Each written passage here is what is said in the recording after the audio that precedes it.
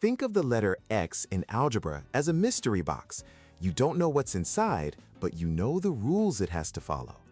Let's look at a math phrase or an expression like 4x plus 7.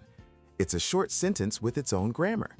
The X is our mystery box, the variable. The number right next to it, the 4, is the coefficient. It's the boss, telling us to multiply whatever is in the box by 4. And that plus 7 on the end?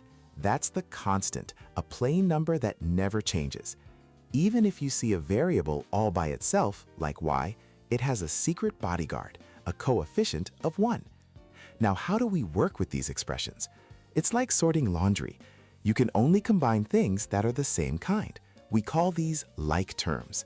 3x and 5x? They're both from the x pile, so you can combine them to get 8x. But 3x and 5y? That's like mixing shirts and socks. They have different variables, so you can't combine them. They must stay separate. Algebra is also a language, and solving problems means being a translator. Key words are your dictionary. Sum or more than means you add. Product means you multiply. Double K is simply 2K, no multiplication sign needed. But be careful, because with subtraction, order is everything. If a problem says 8 less than k, what do you write? It's not 8 minus k.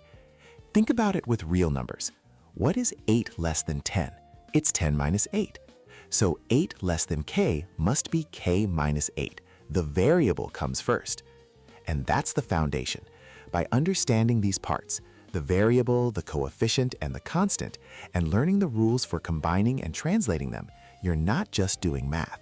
You're learning the basic grammar for solving much bigger mysteries down the road.